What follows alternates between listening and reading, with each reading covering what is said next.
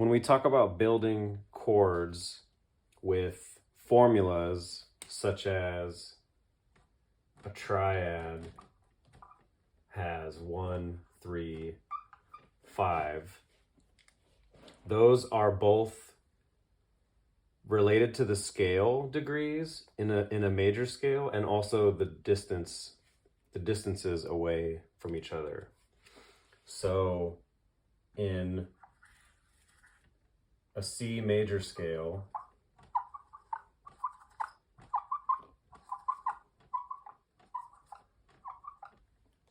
if this is 1, 2, 3, 4, 5, 6, 7, and 8, if we do a 1 to a 3 and a 5, that's going to give us a triad from C. So this will be a C triad. It'll be a C major triad. And you can also, so you can think about it as being notes from the scale, but you also have to think about these distances as being its own interval. So from 1 to 3, that is a third. That's its own interval. And then from 1 to 5 is a fifth. We call it a perfect fifth because old music theory people told us to do that, and we still do it. But so even though, yes, in a scale, we can follow the scale and find 1 through 5, we also need to know that if the scale wasn't there, that we would still have those intervals. We wouldn't have the scale, but we still have those intervals as being a 1, a 3, and a 5, or a third and a perfect fifth. And we can change those intervals by lowering or raising them. If I lower the third by flattening it, it then becomes a minor third or a flat third, same thing. And a fifth, we could make it sharp to make it a sharp fifth, or augmented fifth. That would mean the same thing. Augmented means going up by 1. Or instead of augmenting it, we could flatten it, and that would make it a diminished fifth. Diminished means going down 1. Or we could call it a flat fifth because we made it flat. So, okay, got that. Now let's say we want to build a triad from the note A. This is the note A. So what you could do is you could spell out an A major scale. So then you have to take the major scale formula, which is like whole step, half step, whole step, whole step, whole step, right? Is that right? Oh yeah, and then half step. And you would have to apply it here. So we have to make sure we have all the correct distances. Or you could just know the key of A and which sharps or flats are in it. But we're just gonna do it really quickly. So if I can do it really quickly.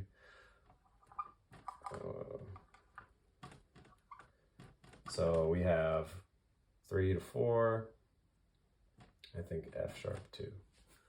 Okay, so we could do the same thing, going 1, 2, 3, 4, 5, 6, 7, 8, and then find our 1, 3, 5 this way. And you will still get the same result. But to me, this way is a little slower than just knowing the distances of the intervals you need. So if I know I need a major third and a perfect fifth, I should just know how far away those are from the note I'm starting on. So a major third has 4 semitones, and a perfect fifth has 7 semitones. Or you can think that the fifth is 3 semitones above the third. It's the same thing. 4 plus 3 is 7, right? Okay, so instead of doing all this work writing out the scale, I can just, oh, sorry, I erased that.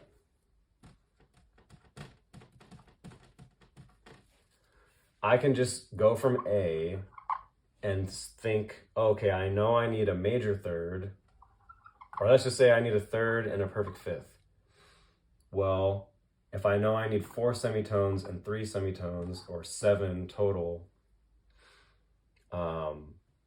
you can just count it.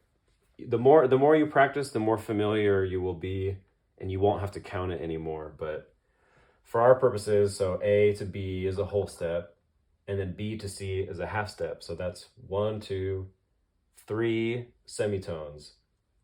That means if we want this to be a major third, we have to make it C sharp. And then from C sharp to E, so C sharp goes D, D sharp, E. So yes, that's 3 with a total of 7. C or A sharp, B, or let's count it. 1, 2, 3, 4, 5, 6, 7. Yeah. 7 intervals. I mean semitones. Okay, let's try it again from a different note. Let's try it from B. B would be down here below C. So I can go, you can count this way, like B, C, D, E, F. You can count like this. So from B, going up a third is D, and then going up another third is F. So we do have 1, 3, 5, but we don't know the intervals yet. Remember, we need 4 and 3. Is B to D 4 semitones? Well, let's count. B going to C is 1, C sharp, and D. That's only 3 semitones. That means we need D sharp.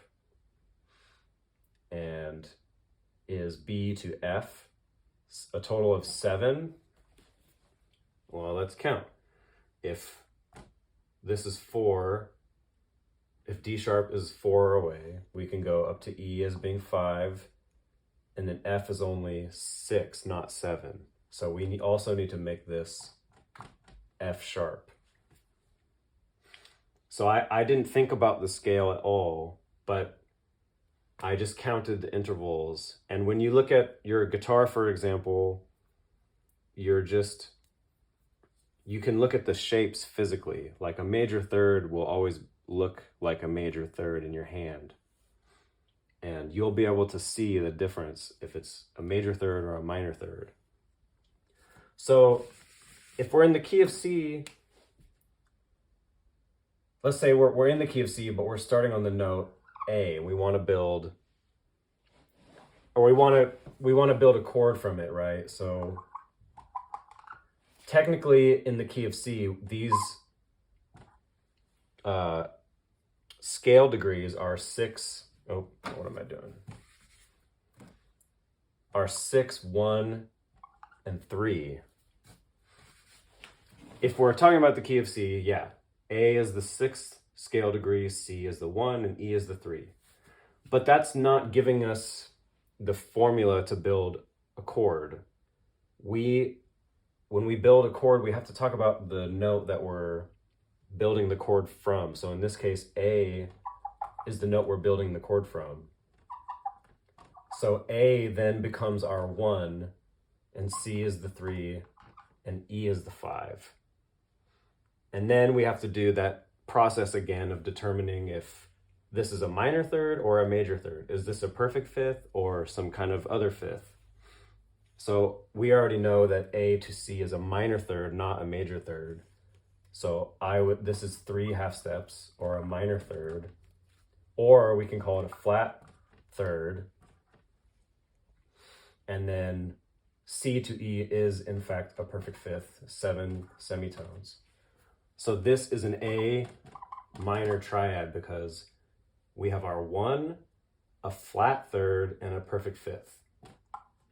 It doesn't have a natural third. If we wanted it to be an A major triad, we would have to raise the flat third to be C sharp, which is not in the key of C.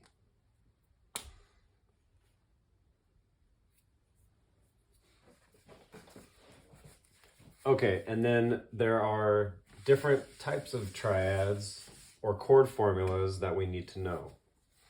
So we just did 1, 3, 5, which is a major triad. 1 flat 3, 5 is a minor triad. There's also a 1, 3 sharp 5 we call an augmented triad, and then a 1 flat 3 flat 5 we call a diminished triad. So building these different types of chords or triads, we would have to do the same process of counting intervals, and then knowing how many semitones each interval requires, right? So we know a 3 equals 4, a flat 3 equals 3, a perfect fifth is 7. So that means a flat fifth would be 6, or a sharp fifth would be 8. And then you would just do the same. First, you need to memorize these formulas and the names of the triads. So 1, 3, 5 major, 1 flat 3, 5 minor. I mean, these two are not as common, but you might as well memorize them if you're going to practice. So 1, 3 sharp 5 augmented, 1 flat 3 flat 5 diminished. So you just memorize the names of those and then how you stack the intervals. So the formula 1, 3, 5, 1 flat 3, etc. That's just something that you would have to memorize and say it over and over again until you understand how the formula is connected to the name of the triad. Okay, so maybe let's practice a couple of them, or I'll just leave this here. So flat 5 equals 6. Okay, let's do a minor triad from G. So we would do the same process of doing a 1, 3, 5. But then we have to determine is how many semitones is this? So if a minor triad instead of a major one, a major one has 4 and then 3, and with a total of 7. However, the minor one is backwards. It's 3 plus 4.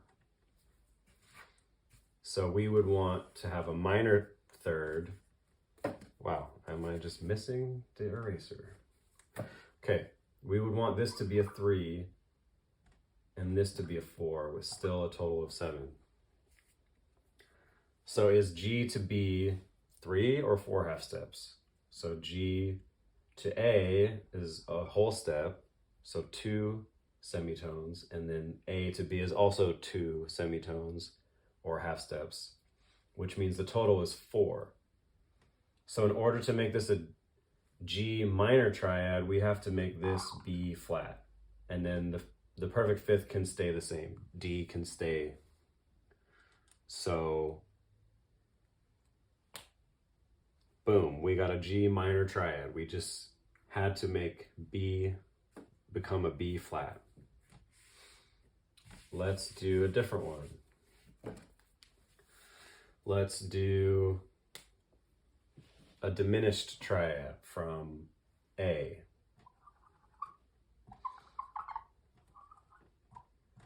Well, as we were doing before, we know A to C is 3, and this is actually 4 from C to E.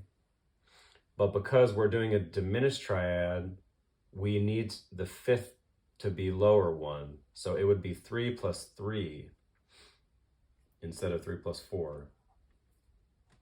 That means we need to make this E flat. So A to C is a minor third, and then C to E flat is also a minor third. So that would give us a diminished triad, 3 plus 3, or minor third, minor third. It's kind of confusing, maybe. But again, these are not as common. And then lastly, let's do an augmented one. Let's do it from F, F, A, C. F to A is 4, that's a major third. And A to C, as we just did, is 3. What we need is 4 plus 4 now, because we want this to be an augmented fifth. So instead of 3, we want this to be 4. So we would have to have C sharp. That would give us an augmented triad. And again, your fingers on the fretboard, you can practice this with your fingers on the fretboard. So, gosh, I don't have an acoustic guitar right now. But if I'm looking at my fingers,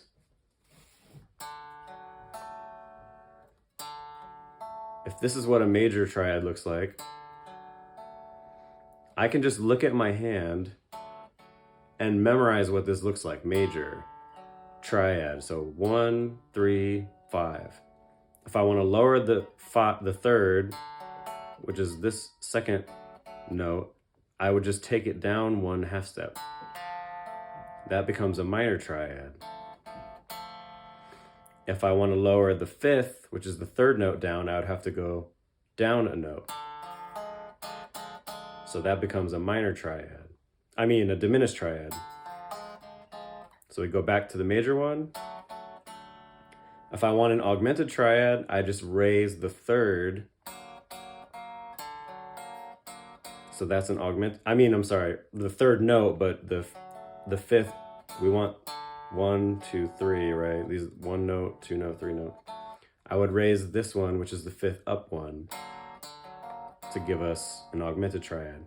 And these shapes, I mean, they look different on this string group when you start including the B string, but on the first 2 string groups, meaning like from starting on the E string or starting on the A string, they're going to be the same shape. And when you get up here, the shape changes, but the concept is still the same. So in this position, this is a major triad. If I lower the middle note, it's a minor triad. If I lower the top note again, oops, that's a diminished, back to the major. If I raise the top note, that's augmented. So you can visually see these things.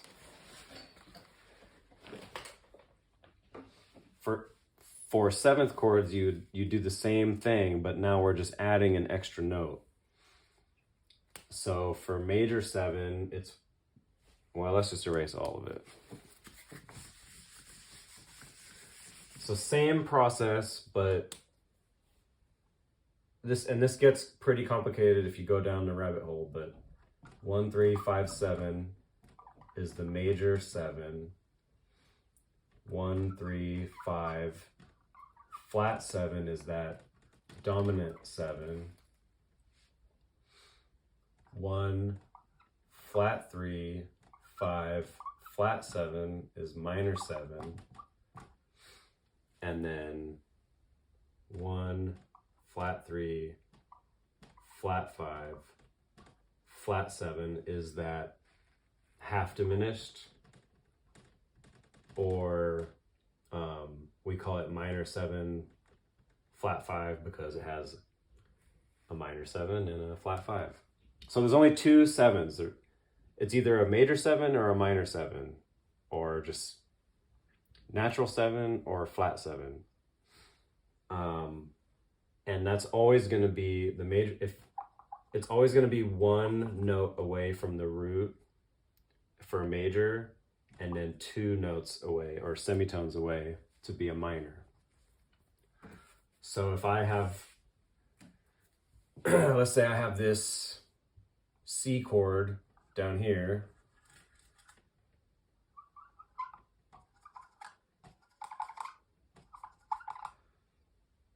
and let's say, this is our root up here. B is 1 away. This is a 1, 3, 5, 7. B is 1 semitone away from C, so that's a major 7. So this gives us a C, the major 7 formula. So this would be C major 7. If I do this, it's giving me our dominant 7 formula. So like in a blues, you play these dominant 7 chords. If I then, so that's 2 semitones away from C. If I then, flat this third, that's going to be a flat third. So that's going to give us this minor 7 chord. We have a flat third and a flat 7. And then if I do it again, flat the 5th, that's going to give us that half diminished or minor 7 flat 5. And then there's also a diminished 7th. If you want to turn this half diminished into a fully diminished, we call it, then you'd have to double flat the 7 to turn it into a diminished 7. That's the only scenario where we really have a diminished 7, is when we have a fully diminished 7th chord. So it's 1, flat 3, flat 5, and then double flat 7 or diminished 7. That's the only scenario where we have a diminished 7th. Okay, you're probably super confused, but hopefully this helps in understanding how we build chords with these formulas, and why when I talk about an A minor chord in the key of C, I don't call this 6, 1, 3. Even though those are the correct scale degrees, I need to talk about this chord as being its own thing, and we need to start it from A. So A becomes the new 1. Even though we're in the key of C, we're talking about an A chord. So A is the 1, and C becomes a flat third because it's only 3 semitones away, not 4. And then E is still 7 semitones away, so we call it a 5th. So this fits our minor triad formula. So that's why when I say A minor 7 has 1, flat 3, 5, flat 7, I'm not talking about the degrees in the scale. I'm not talking about A, C, E, and G as being the scale degrees in the scale of C major. I'm talking about the distances and intervals away from A. And that's just what we do. We talk about scale degrees in a key, and we also talk about intervals and chord formulas. Yeah, that's just what we do. So hopefully this helps. If it doesn't, let me know why. I'd appreciate it.